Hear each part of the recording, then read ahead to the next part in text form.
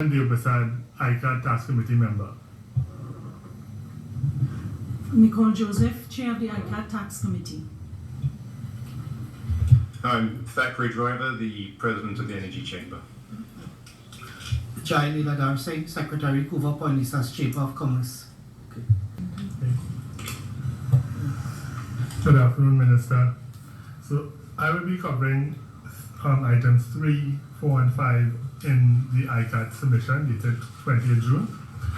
In brief, item 3, in summary, it speaks to section 8.1a. Subject to subsection 2, the board shall be responsible for approving and ensuring the implementation of management policies in relation to A, the approval and review of the policy of the authority. That section, and apparently in a reading of the rest of the draft legislation, appears to be silent on who is responsible for the formulation or development of such policies to be reviewed and approved by the board, whether it would be the Director General or the board itself. And we contrast that with our research of the Barbados Revenue Authority legislation, where it states that the board shall be responsible for the development of policies.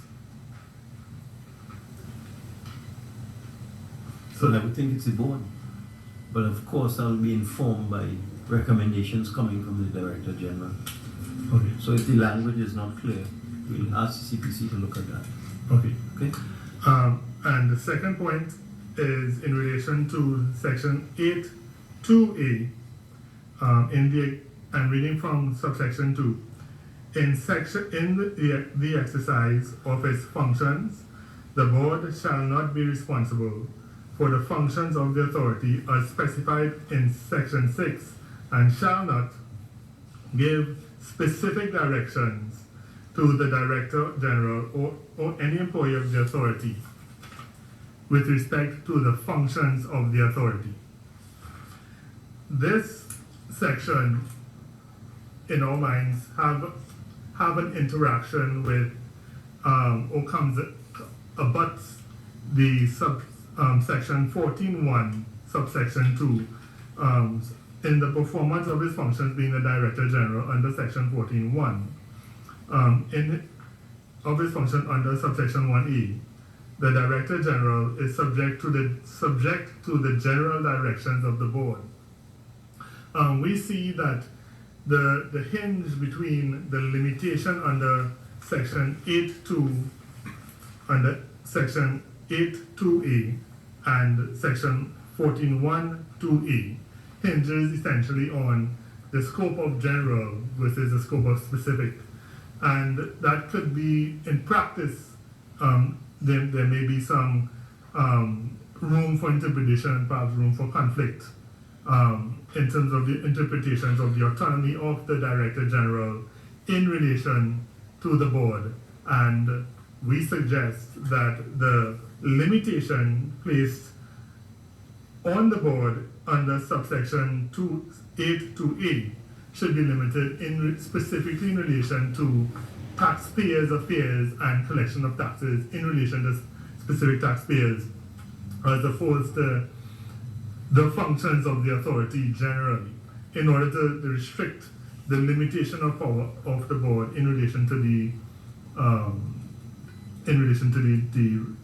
Director General. Okay, point taken. Those are my 2 points. Thank you. All right. To ICAT. For the layman to understand, because this came up in the Tobago Internal Self-Government Joint Select on tax collection again. It came up again today when the THA was here. You have a conglomerate based in Trinidad, a registered office in Trinidad, doing business in Tobago with a department or a division or a department of a division in Tobago. Our current tax laws, does it allow for that department or that department of a division operated in Tobago to pay their taxes on either profits earned in Tobago or to work out their losses there? There's no basis in Trinidad tax law, in national tax law, for taxes relating to the island of Tobago to be treated separately from the island of Trinidad. So it's on one liability for corporation tax. The only tax where there may be some segregation would be maybe value-added tax, where where the company may elect to treat its Tobago division as a separate division for value-added tax, but for all other taxes, corporation tax, rainfall levy, and so on, it would be one tax to the tax authority.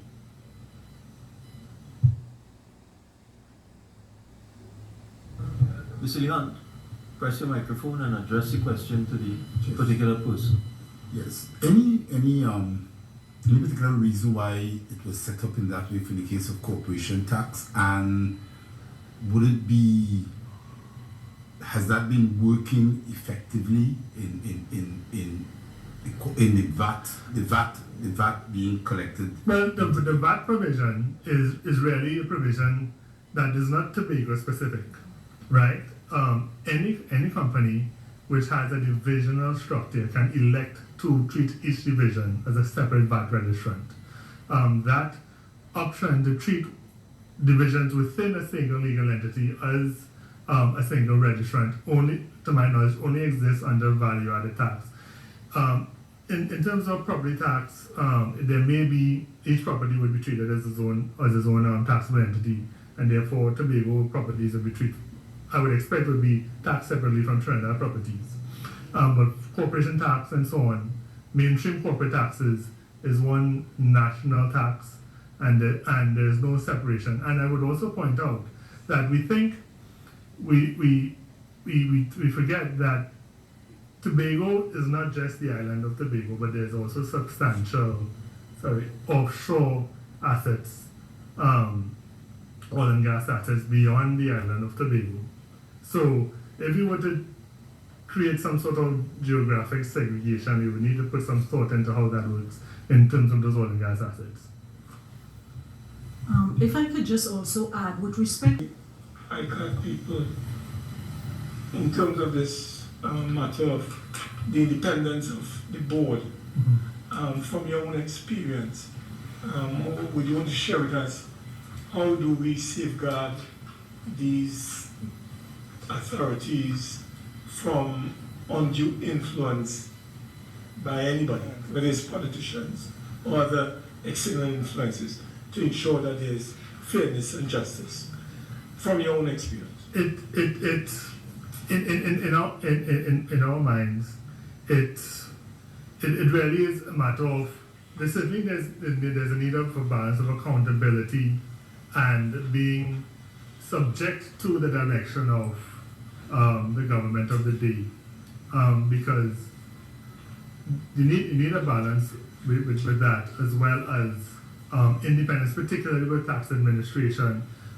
Based on our general reading of the legislation, there's certainly a clear effort that individual taxpayers will be shielded from the executive in terms of the structure of the board. The affairs of individual taxpayers are only dealt with from the Director General and below, and who are appointed by him.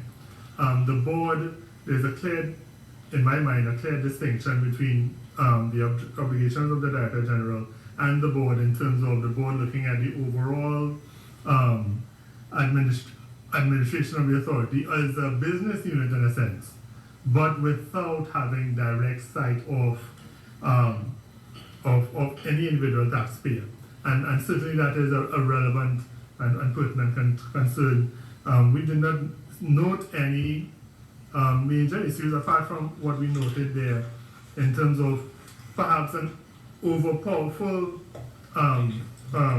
Director General, where the powers of the board is unduly restricted in terms of the overall administration of the authority. But we certainly support that there is a distinction in terms of handling individual taxpayers, and we see that in the legislation. You care to clarify and maybe further explain your clause 4C as it relates to you call for a definition of the term public officer. And then you have part-time public officer. I don't know what, if you want to clear the air for us on that. But the issue of from where we sit in terms of tax consultants, clear definitions generally put you in a better place as opposed to terms that are not defined. And so in our mind, we thought it prudent for public officer, the term public officer, to be clearly defined, as opposed to it perhaps to reference a particular body of legislation that deals more in detail specifically with public officers, as opposed to it being what you may call a common term where you may need to go where you may go to the ordinary meaning of the two words public officer, as opposed to where it references in our legislation. So that was our main concern, that it should reference existing Could legislation. you just pause 1 second? Where in this bill do you see the reference to the term public officer in a way that it could create ambiguity?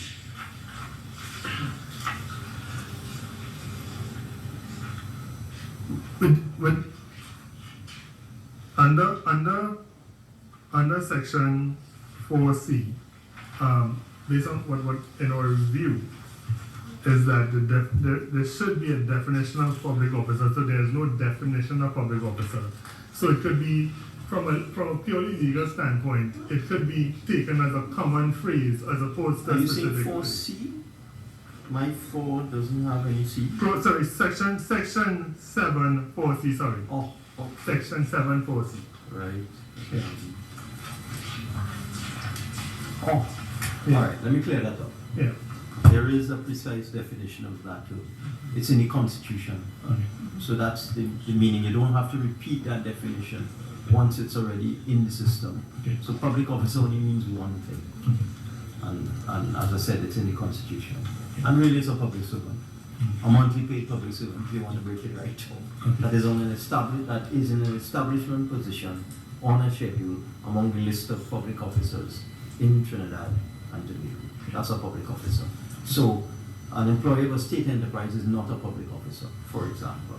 An employee of a statutory authority is not a public officer. It is an employee, someone within the public service as defined by law. So I hope that clears that up. Yes. Okay. Yeah. And may I also ask if you could clear the air? I understand what you mean to some extent, but for our record, 7 sub 4A, ordinarily resident versus resident. Right. I think you wanted to make sure that the drafters in the final analysis really get this right, because you're seeing at the confusion with an ordinarily resident versus a resident. Yeah, we prefer that the term resident as defined under the Immigration Act be referenced as opposed to an ordinary resident. The term ordinary resident is native to the Income Tax Act, and our view of why it exists under the Income Tax Act is really to make the term more refer to substance. For example, you may have a German national living in Tobago, retired in Tobago, who has a German passport. And because he's been living in Tobago for maybe, let's say, 10, 20 years, he may be ordinarily resident from a substance standpoint, and you want to capture the person for income tax purposes. But that doesn't necessarily mean you want to put a German national be able to access this position. You may prefer someone who holds a Trinidad passport to access this position.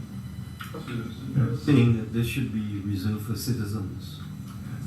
Citizens, yes, to citizens, as opposed to, it seems to be the intent that should be reserved for citizens of Trinidad and Tobago. So, in our view, we just thought the language should be clear to achieve that intent. Okay, so you're recommending that the entire board be citizens? We are not recommending that. We are saying that if that's the intention of the term ordinary resident, we're saying that the term should be clarified to mean resident as defined under the Immigration Act. Well, what I think this means is that if you are not ordinary resident, you are disqualified. So it means you have to be at least ordinary resident, but you're raising a different point. You can have someone who is not a citizen, who is ordinary resident in Trinidad and Tobago. As we see under the Income Tax Act, because the Income Tax Act, it looks at substance beyond holding a passport. No, that's okay. I'm asking you for a recommendation. Are you saying, I'm not saying yay or nay. I just want to get clarity. Are you saying that in your opinion, or Yes. in your view, all of the members of the board and the Director General and Deputy Director General should be citizens? Well, what I saw in the legislation is that the restriction seems to apply to the members of the board. Members of the board. It is referencing the board. I just Referencing went a the little board. further, just as a kind of catch-all, to see whether you wanted that to apply to the Director General and Deputy Director. I don't think that's necessary. I don't think that's necessary. I don't think that's So necessary. we're talking about the board then. Yeah, we're You talking think about the board. all members of the board should be citizens? Correct, except for the Director General, which gives the government of the day some option to look So I outside. just wanted to clear that up. Yeah. Okay. All right, does anybody else have any other questions for the panel? Yeah, you're saying with the exception of the Director General, in which the government should have some flexibility to get someone from outside. So you're saying barring Director General and everybody else? The provisions specific to the Director General, I believe it's section 13, I just need to flip to it. Right, so a person is disqualified from being Director General if is Member of Parliament, undischarged bankruptcy and medical condition and so on. So there's no specific requirement for being resident or any residency threshold under that provision. So But what is your view? You do think it should remain so, or it should be confined to a citizen of TNT? I think it should not be confined to a citizen of TNT. It could be somebody No, else. I got that from him as well. He's saying we could have either a citizen or Yeah. someone who is resident in Trinidad and Tobago but not a citizen. Right. Okay? And just one final point, sir. I think Minister West raised it, but just for the record again, you were saying that a secretary to the board ought not to be an ordinary employee. That should be somebody who's qualified, like an attorney at law, for example, who would be employed for that purpose and that purpose only. Well, the concern, I would speak more to the broader concern that that matters conferred by the board, should someone who is an employee of the authority should be sitting in those meetings. So the overall principle is that the individual there should be some ring fencing to prevent leakage of information through that individual. So based on how the legislation is framed, that was a matter of concern. But if there's perhaps there should be some controls around how that individual in terms of confidentiality and so on, just to manage that flow of information from the board. Yeah. Okay. Is that it? Any other questions? Well, thank you. Oh, sorry. Yes. Mr. I Mark. just